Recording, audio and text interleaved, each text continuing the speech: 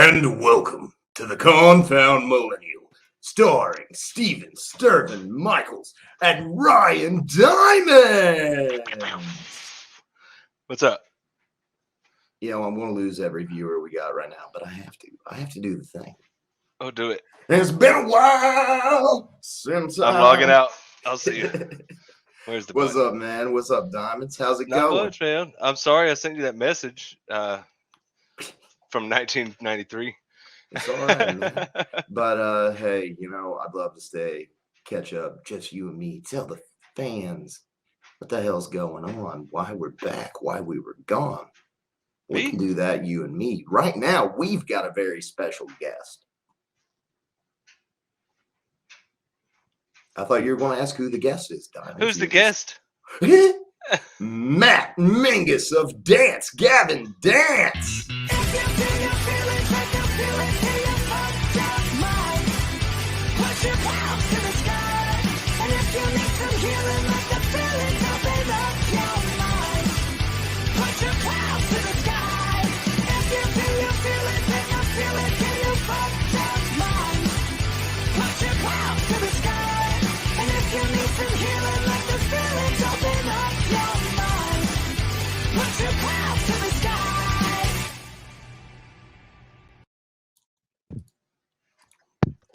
What's up, man? What up?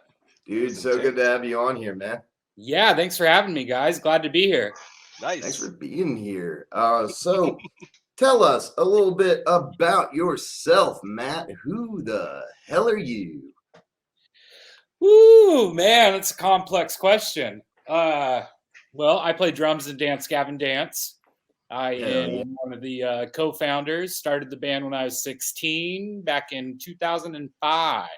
Wow. Holy shit. And we've been trucking ever since with lots of lineup changes, all sorts of crazy shit to happen over the years. And somehow we're still together. It's a miracle in itself. And fuck, man. You know, to some wild places, that's for damn sure. You know, I am a big fan, but I'm far from the biggest. You know, I barely, you know, I recently I joined a couple fan groups on Facebook of the band, and bro, I don't know shit about you guys. I love your music, but shit, there's some historians on y'all. Yeah, it's crazy, all the Facebook groups and shit. It's funny, dude, I haven't used Facebook in like 7 or 8 years. But I hear all about them all the time, and some of these people blow my mind because I feel like they know more about my own band than I know. I hope I didn't offend you with the Power Rangers meme the other day. Oh shit, I forgot about that. I've seen that a couple times. That's a throwback. I gotta look at it again to remind myself. Oh yeah, when someone asks you who your childhood heroes are, our faces on Power Rangers. It's pretty cute. But awesome. You know, my favorite group on Facebook that I think I'm a part of related to you guys has to be Sounds Like John Mess lyrics. Oh shit, yeah. I am familiar with that one. It's pretty funny. It's always like really stupid shit. John's lyrics, man, they're wild. Some of the shit, I'm like, what? Yeah, you know, I was going to save this one for a little bit down the road. You know, we're here to talk about you, but I had one question about him that I'm sure is asked to everybody all the time. What the fuck is he talking about? Dude, I don't know. I don't think he knows. One of the really fun things about Dance Gavin Dance is that we like almost pride ourselves on that we don't take everything super seriously. So that allows room to have some like comical lyrics, and John, I don't know, he always comes through. He's just a really unique and intelligent young man, and he just comes up with the craziest shit. And sometimes I'll like if he'll read us lyrics or something before he records them on an album. And it's like, no way, he's not going to do that. And then he actually tracks it. It's like I saw a couple weeks ago. It's probably been a month or two at this point. You know, Wendy's had typed some random shit into their Twitter, and somebody asked, "What Dance Gavin Dance lyric is that?" And they're like, "Something about strawberries Part 4."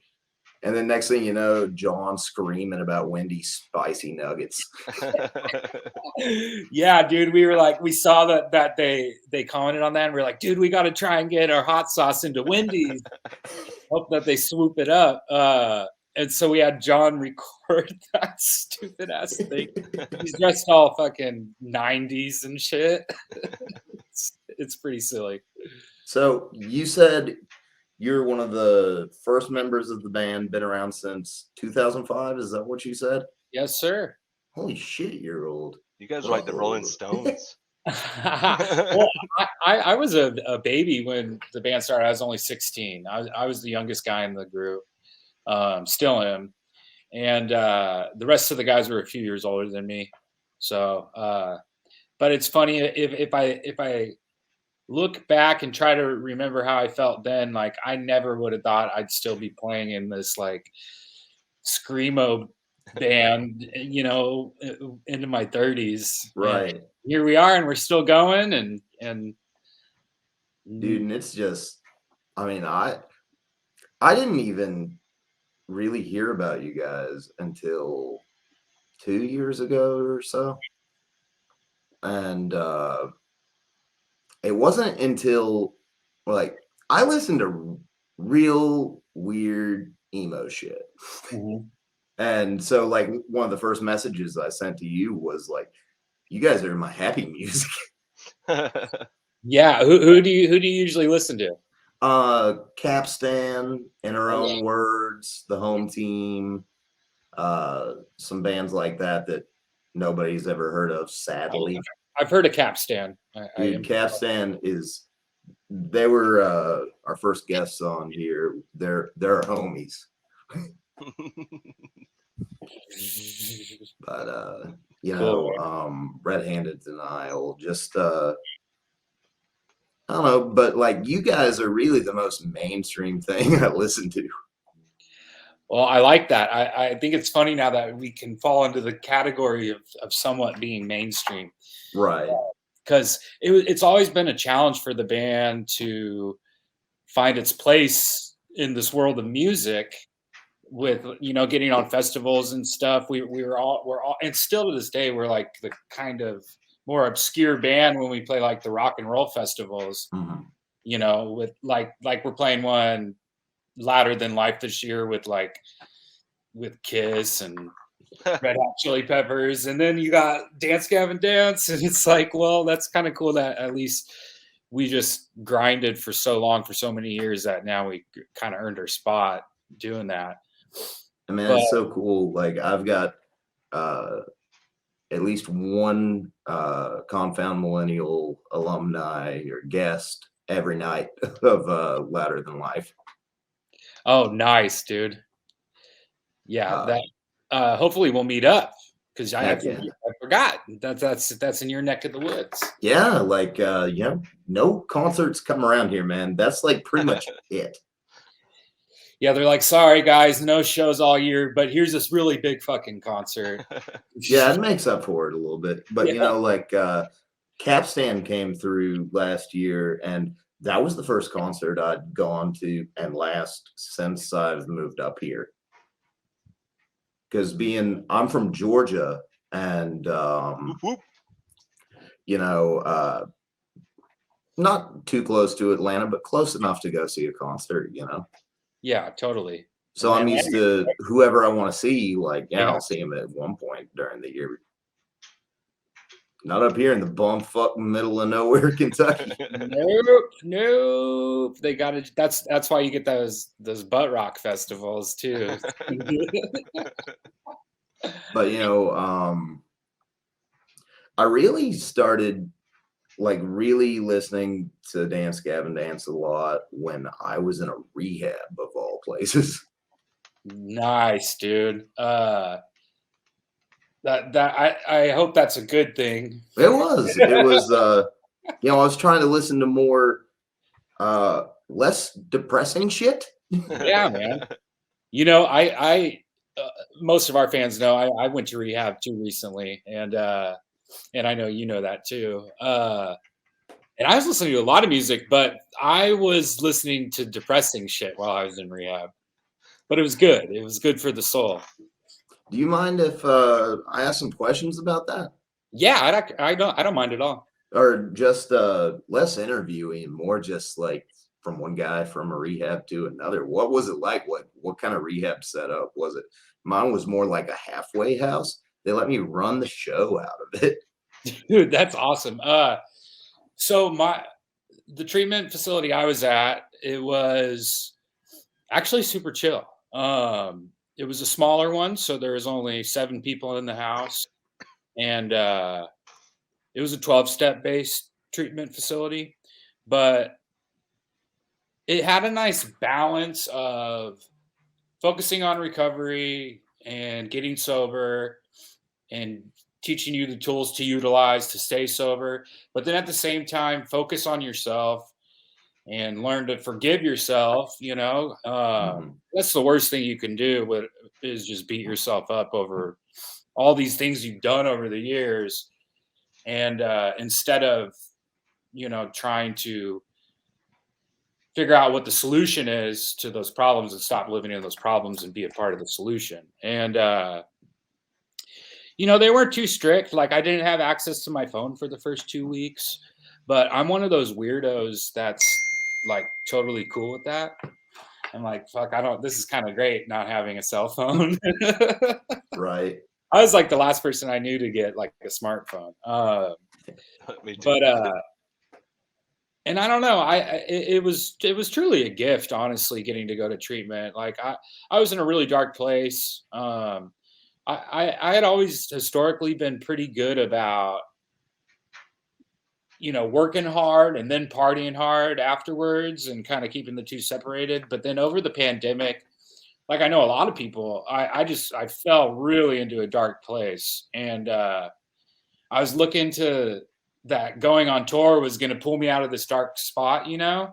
and instead it just kind of ignited the fire more, and I was just partying more than ever and wasn't focusing on the real reason why I was there, and which is to perform and perform well every night. And I just dropped the ball, and I was starting to get super fucked up before sets, not play well. And then finally it ramped up to a night where I just couldn't physically play my drums at all. And so I told my guys, I was like, dude, I can't do this anymore. I need help. And they let me go without kicking me out of the band. Thank God. Yeah. Because I had just tricked myself with my problem, thinking that, maybe I don't want to do this anymore. And no one cares about me, blah, blah, blah, self-pity and all that shit. And, and it just, that wasn't the case. My disease of alcoholism and addiction was lying to me. And,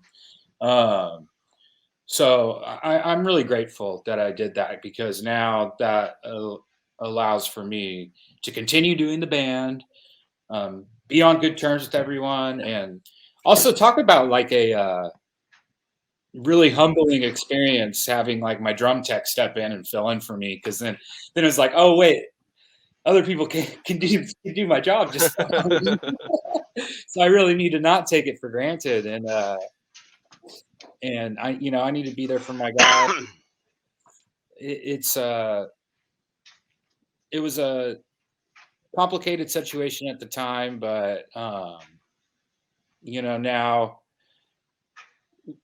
I don't know, things are just better. I'm so much happier. I'm coming up on 6 months clean and sober, and just like really devoted my life to being sober and being a part of recovery and being a part of like hanging with a sober group of guys, and it's funny just how things happen. I mean, everything happens for a reason. I mean, that's how we met, in that group of guys. And I just happened to stumble into the guy that leads it, and he are on a show one day, and he was, I mean, he's talked about it before. he's actually very open about it. There's one episode I never released with Renee because he started I'm not going. He started name dropping people, and he's like, "Oh shit!" every time, and he's like, "You can edit that out, right?" I was like, "Dude, yeah, but it's going to take me like 45 minutes at this point." I know, and it's funny how and I love you, Renee. I love you. I totally get the anonymity aspect of recovery and stuff. But like me, like I'm an open book. I don't mind. I'd rather be an example to people out there that like you could still live this cool rock and roll life and be sober, or not to put artists and artists, musicians, and athletes and stuff on this pedestal, because we're people too, like we fuck up too all the time, just like everybody else. And so I don't know. It's just if I could be an example and say, help save someone's life, Right. because this shit's no joke. Alcoholism and addiction. I was just pissing my life away, literally and figuratively. And Renee, we had just randomly met through a PR company and stuff, and he was talking about hanging out with Chester, and he was just listing all these people that were at this dinner at this nice Italian restaurant. I was like, dude, that's how, like, you're just listing guests at a dinner on a Wednesday. And it sounds like the wildest fucking party ever. And he's like, well, we're all sober, man. I was like, you can have a wild fucking party without drugs. I mean, with those names, I don't know how it's not going to get weird. Right? I know. I had this like idea in my head, like, oh, I'm not ever going to be able to have fun again, blah, blah, blah. And that's so not true. The first month is so hard. Like, I was in the rehab, and I had like, how, I don't know how much of a nerd you are. We're nerds here. Nintendo has been releasing every couple of years like mini versions of their original consoles. Oh, yes. Preloaded with like 20 games each. Oh, yeah. So I had my Super Nintendo in there, and I was just like, I was looking at my roommate, and I'd try to load it up like every night. I was like, dude, I just can't fucking play Mario Kart without being sloshed. It's like, I thought the same thing. I just recently, actually, right before I got on here with you guys, I was playing Mario Golf on the Switch, and I hadn't played it since before I went into treatment, and I used to just get all fucking coked out and then just stay up hella late playing Mario Golf all tweaked out and shit like a madman. But now I'm like, oh, this is so much better sober and more enjoyable, and it does put a smile on my face. All those small things you think that you needed drugs and alcohol for, enhanced it or made it better. It's so fucking weird. Like, some people are, just doing drugs at parties and shit, and we're like, I gotta have it for Mario Kart. We used to do it with Scrabble. We play all night till like 6 a.m, and then you try to go to sleep. So I gotta go work at 7:30, and you just keep thinking, I could have played mustard. I could have done squirrel. Yes, man. That's the worst too. Is I think it's called the Tetris effect. When you've been playing a game for so long, and then you stop, and then every time you close your eyes, that's all you can see. Yeah. So I used to be like real hooked on Tetris. Also, Dr. Mario.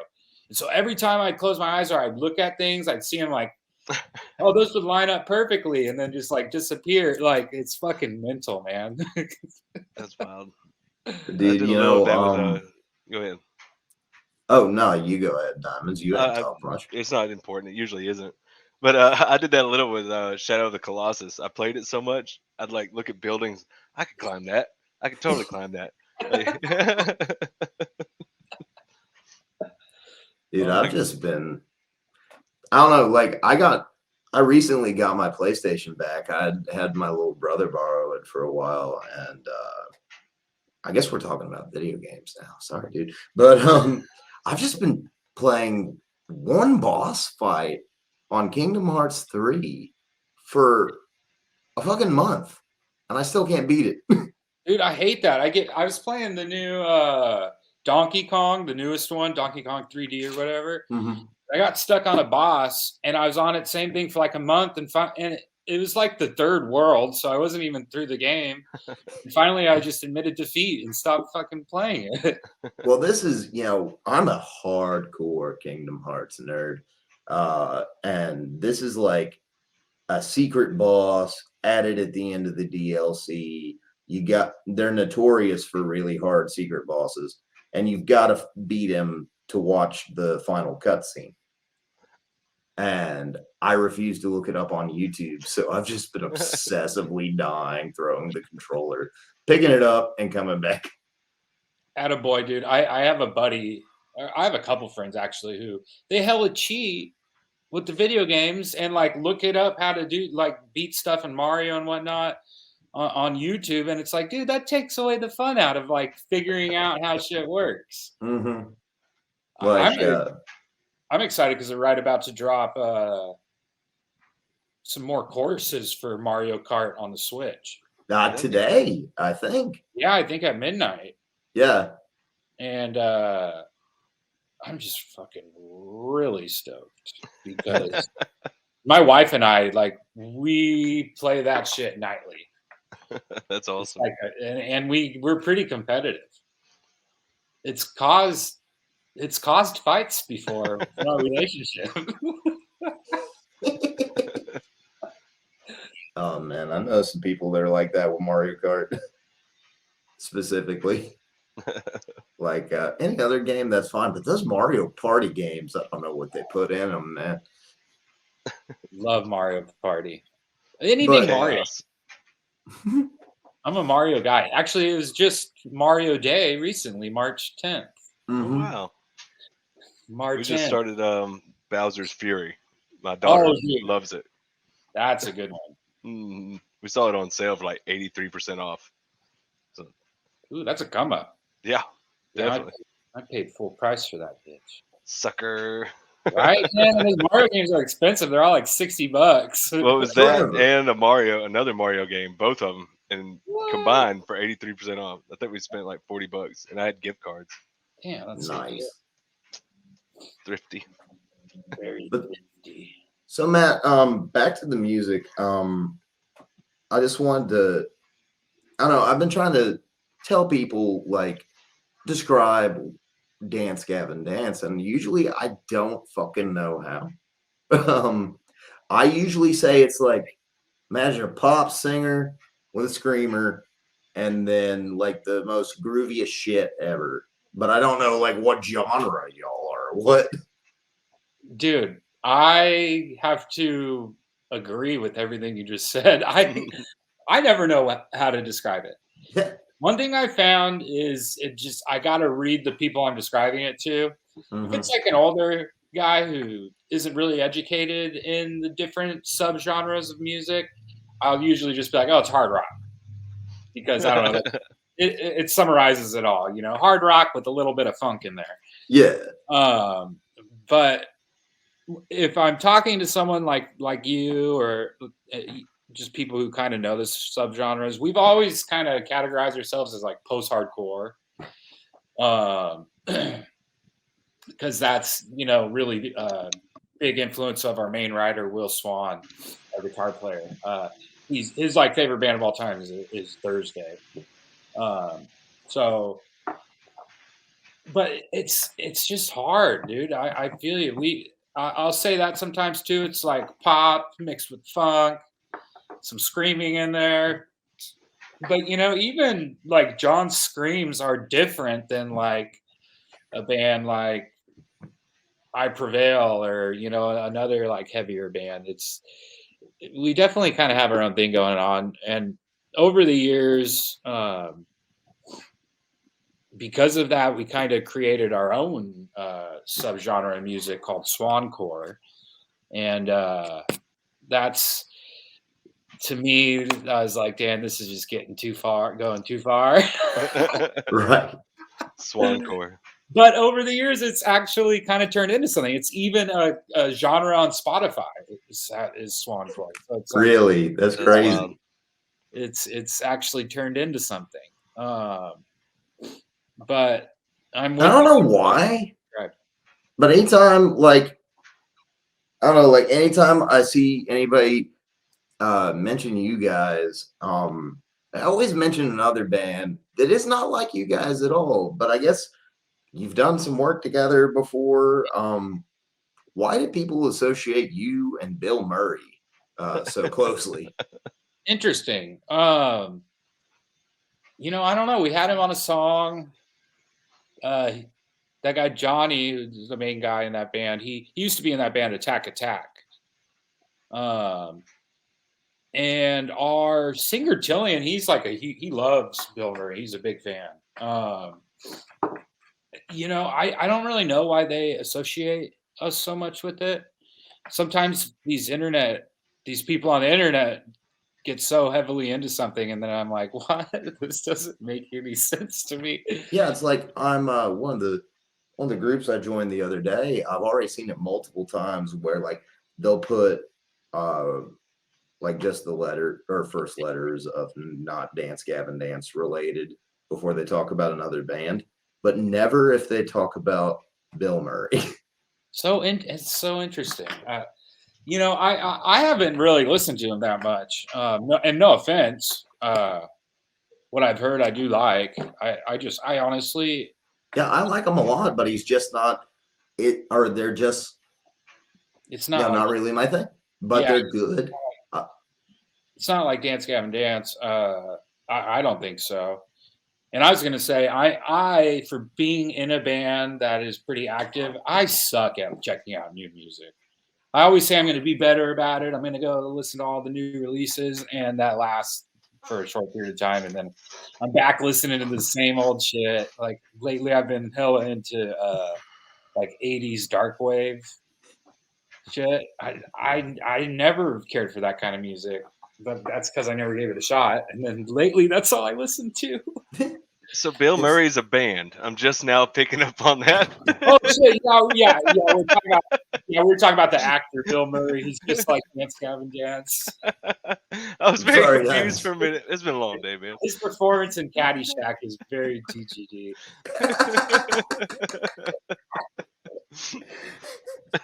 I'm good now. I'm good. Let's go. I'm glad Diamonds.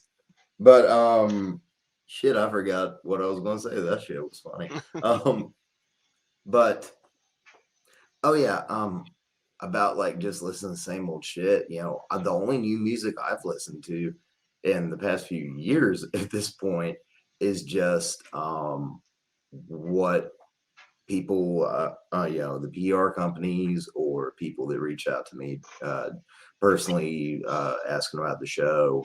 You know, that's how I find new bands. So the 6 months that I've been on break, I've just listened to the same like 4 bands over and over again. Yeah, that's kind of like me. And I have satellite radio in my car, so that's how I kind of stay up on it. You know, I'll throw on like Octane or something, and I can hear like the new Falling in Reverse or bands like that. But all the like more underground stuff that's just on the internet, I tend to lean to like other people in my band because they do keep up on shit like that. But even last time I saw Will, I asked him, I was like, what are you listening to lately? And he's like, oh, nothing new. So it's hard finding like good shit, that new stuff that comes out. But you know, it's weird that you mentioned Falling in Reverse. I kind of owe the podcast to Ronnie Radke in a way. Oh, really? Never met him, never talked to him. But one day I decided I was just going to email any band I listened to that day. And I ended up somehow getting a hold of his PR agency. And they're like, yeah, you're not getting Ronnie. I was like, damn, how about, and I listed a couple others. And they're like, yeah, you're not getting them either. But we like your heart, kid. And so they started sending me some other bands. Oh, that's cool. So you know, I really lucked out there, but I always joke around that I gotta let Ronnie know I owe this all to him. Yeah, I like Falling in Reverse. They're good. I mean, as far as like newer bands go, they're definitely one of the better ones out there. I know, like, we've talked. There's been brief conversations of trying to tour with them before, and so I don't know. Maybe one day we'll go out on the road with them. I feel like that would be a solid show. You know, That'd be badass, man. I love it. So we'll see. We'll see what the future brings, but I love one thing I meant to say earlier when we were just talking about the different styles kind of clashing with Dance Gavin Dances. I love it's a band that it's like almost like everybody's in it for their own, like doing their own thing, but it actually meshes together. It doesn't sound like everybody's like it sounds very carefully planned, but it's also like almost everybody's doing a different genre of music at the same time. yeah, I see where you get that. But what's funny about that is it's not as carefully planned as people would think. Like, we write really fast. Like from the second Will has an idea of a song, he'll send over like a really crappy demo, like on an iPhone or something of it. Sometimes with like shitty programmed drums, or sometimes without it.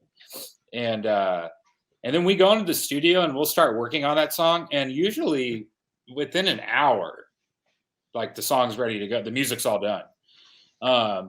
But I know when it comes more to the vocal tracking and doing all that, they are more meticulous, you know, with the way they plan stuff, especially now. Because, like, if you listen to our earlier stuff, like John's and whichever old singer we had at the time, Johnny Craig or Kurt Travis, like, their lyrics never went together. They're always way off. And now there are times where they're both singing about two totally different things, but then there's also those moments where they are just complimenting each other and what the lyrics are, and not going too far off of the topic from each other. But yeah, musically, I don't know, but that's like one of the things that we've always enjoyed too, is that we're not. Sorry, my dog's barking. Ted. We're not super. What's the word I'm looking for? We're not confined to one specific genre. Like, we could have a song on an album, like on our last record, Afterburner. Teddy, there's like a total Latin style Spanish song, and all the lyrics are in Spanish. We can do that, and then go have this weird funky jam, and then have a more pop punk jam, like Three Wishes, and like, that's our thing. I don't know. It just works. It's just trying and experimenting with different stuff. But then we'll always have a few tracks on the album that are consistent, like our song Chucky versus Giant Tortoise. That was stuck in my head all morning yesterday. I had to Google lyrics because I didn't remember the name. I was like, the fuck is this song? That song, to me, and I know other guys in the band, that's like a real staple DGD song, because it's like, it's got the crazy technical guitars, it's got the catchy drums, catchy vocals. But like, when I'm writing, Ted, when I'm writing drums for songs, I try to, like, instead of just playing the beat like behind a guitar part, I try to mimic basically like what Will's doing on the guitar, but do it on my drums. And that always just creates for like something kind of unique, you know? Right. So, speaking of like staple songs and stuff, so I'm gonna ask you about two different songs. One, and this is your opinion, which songs you get to pick. Your favorite song to play, and then the song that you wish fans would let die. Oh, cool. All right. Favorite song to play. There's a lot of them. I would say Chucky versus Giant Tortoise, but since I was just talking about it, I should say something else. I think our song "Man of the Year" off of Mothership, Mm-hmm. like, when we are well rehearsed and have that song down and pull it off well live, like I think that's one of my favorite songs. It's pretty crazy. It's a little more metally, but it's like it's got a lot of movements and parts in it. And my least favorite, I really, really do not like playing it. And I have said this before in other interviews. My band knows it. I do not like playing the song that we have called Son of a Robot. And it's just got like these quick double kick patterns. And if I'm not all warmed up and ready to go, I do it. I always end up doing it hella sloppy. And then what happens is we'll go on tour. I'll do it sloppy one night and like fuck up on this part. And then it really gets in my head. And then every single night when that part's coming up, I'm like, don't fuck up. Don't fuck this up. And then I fuck it up. I psych myself out all the time. And it's that one fucking song. Dude, that's the worst, getting in your own head, man. But I do that shit too. Everybody does that shit with whatever. Just as soon as you're like, this is important, don't do it. And just I'm doing it. But it's so cool, man. So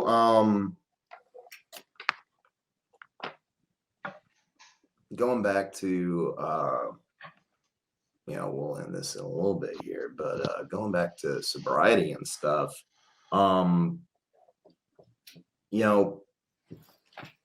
is there any like message or theme or anything you'd like to say to anybody that's listening to this, that's heard us talk about like how glad we are we put the shit behind us? Anything you'd like to say to that guy? Yeah, I mean, so there's a lot I could say. Yeah. But the main thing is that you're not alone, and you don't have to go about it alone. It's funny how in addiction, and we all think that we're really unique, and no one can relate to this, and no one's ever done these fucked up things I've done, and then when you do get sober and you start talking to other people in recovery that have battled with addiction and stuff before, you come to find out that we're all the same, and everyone feels the same, and it's really easy to get down on yourself and beat yourself up thinking that, but there's nothing to be ashamed of, man. I mean, rather if it's genetics or just a bad fucking time. A bad time, I'm not to say, I know medically it's still never 100% been proven. I personally think it's genetics. I think it runs in my family. There are other people that are sober and that are not sober in my family. And it's just, I don't know. It's not really worth it, man. Like, I was just so, my dog's crazy. It's fine, man. Look, man, it wouldn't be this podcast if we didn't come back with some animals.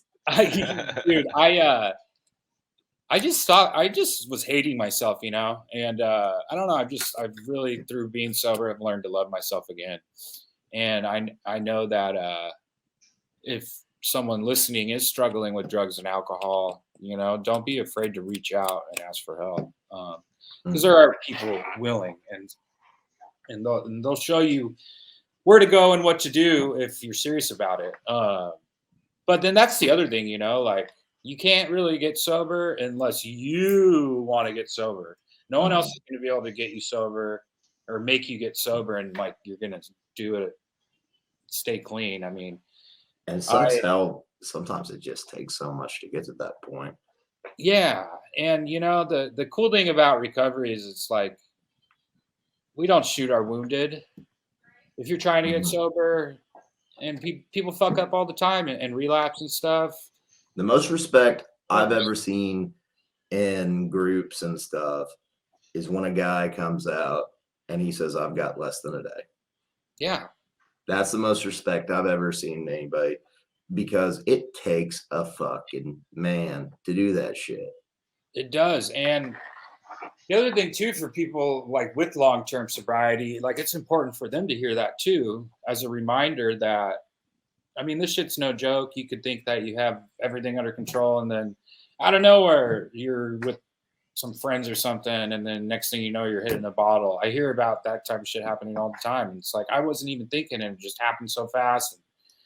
It wasn't I didn't have tons of years, but I had 3 years, and then I just told myself, I was like, maybe I was just young. Maybe I didn't know. Maybe I can. And next thing you know, I'm living in a fucking shed in the woods for 6 months. Yeah. So what, most of our fans, none of our fans would know this. I was in rehab and I was sober for a couple years when I was a lot younger, before the band. I started using at a really young age, and I had put together a couple years of sobriety. I was working a program and all that, and then same thing, dude. Just like you, I was like, well, I'm so young, like maybe I can just drink and party normally. And so I threw it all away, and I started using again, and then I was in a band touring, so it was like now I had this excuse, like, oh, sex, drugs, and rock and roll. Like, I'm supposed to do this. Yeah, I'm supposed to be doing this. And it's just, like I get that. I used to not be able to. I was like, I can't do a podcast if I'm not drunk or high. Like, I got to be goofy. I got to be the guy, Dude, same here. Anything. I was like, I can't talk to people without having a few drinks in me. Little did I know, I have way more meaningful conversations when I'm sober. Right. It's crazy, man. I still get like a little fear, like before coming on here, I was like, "Ooh, shit, what are we going to talk about?" Oh man. Yeah, dude. I got this. I don't know if you saw it, but I have this little overlay I throw up while I'm waiting on the guests to come. Says the show will begin soon. Steven's probably waiting for all the guests to show up, or smoking one last cigarette like the inconsiderate bastard he is. And dude, I was outside chain smoking up till time to be here. We're normal guys too. Yeah. I know, but like, I haven't done this in 6 months. I've been waiting. Plus, I've given the show a whole facelift. If you're just listening, check us out on YouTube. I got all sorts of pretty stuff on it now. I've literally spent all week, barely slept, for like a minute and a half of finished videos. And they're not even that great, but I did it all on free apps on my phone. So whatever. Yeah, I can't wait to check this out. Let me turn the tables on you guys real quick. How long have you guys been doing this? Is this really episode 200? This is episode 200. Sick. I started this show back in December of 2018. I wasn't there. Oh, you won't? No, he picked me up along the way. Joined me last year? Yeah, it was last year because I won the belt and you wanted me there. Yeah, we used to. It's actually speaking of. It's funny. Diamondz and I met each other on another podcast where we were often pit against each other in drinking competitions. Steel reserves. Where we would drink like 8 or 9 steel reserves apiece. I did. Oh. You couldn't keep up. Dude, I'd get to 8 and then I'd freaking die. My soul would leave my body. Dude, I was filling the cans up with water. Oh. Were you really? No, I like to make him feel better about himself. Man. Come on. Dude, Steel Reserve. Oh, God. That's the whole show. It was called the Steel Cast. Holy shit. It was rough. I love it, dude. I was supposed to go on and do a podcast. It was like a beer and hot sauce podcast right before I went into treatment. And then literally it was the day that I like went into rehab. And in my head, I was like, oh shit, I guess I can't do that. I can do a podcast now. Right. Like, we when I was in the rehab, I snuck away and was like sitting out in the woods on my phone watching the Seth and Willie Fred Steele cast just to check in on the boys. I was like, I can't be a part of this anymore, but I can watch it. Yep. But now, they've taken a break while one of their hosts goes and chases politics. But now I'm like their sober judge. They're like, we need somebody that needs to be able to count higher than 4. Well, we did the cardboard cutout for the last few months. Yeah, the cardboard corner. For that's the it. past few months, we've done like little 10-minute episodes that nobody watched, but we did it just to keep my sanity, What's the cardboard corner? It was an idea. It was like a mini podcast, just 10 minutes long. And it was called the Cardboard Corner because I was homeless when we started it. Back in October. It's all a blur. I ended up living out of my car for a bit. That's right. Yeah, when we first met. That's right. I forgot you were going through some shit like that. Yeah, and I was in a homeless shelter for a bit, and that's why we've been without podcast, is because I've been without internet since September, and I got it set up Monday. Thank you, Mike Muley of Sweet Beef, for footing the bill for that. But I'm just so glad to be back to this, man. It's like, when I quit drinking, I just upped the podcasting to ridiculous amounts of episodes, and that's how that was my substitute or whatever. It's a healthy substitute. I get to, and the thing is, I mention this all the time. I have really bad anxiety, but when I'm on the show, I can talk to anybody. I love it. That's neat, man. I feel like I always got to like replace one thing for another,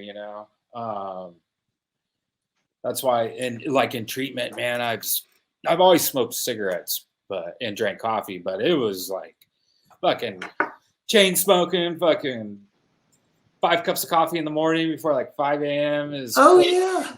And then even still now, I drink coffee all fucking day long and chain smoke and. Yeah, I get that, man. I eat more than ever now. Food, man. Freaking Postmates, dude. So good. And then Postmates is funny because I justify it in my head all the time. And I'm like, well, yeah, that's really lazy, but I'm helping someone else have a job. it's so stupid. Oh, bless you. So considerate.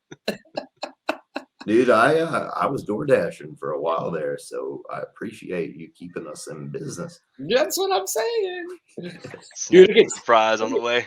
It gets crazy when the whole band, when like we're down doing a photo shoot or something, and we're all staying at like an Airbnb together.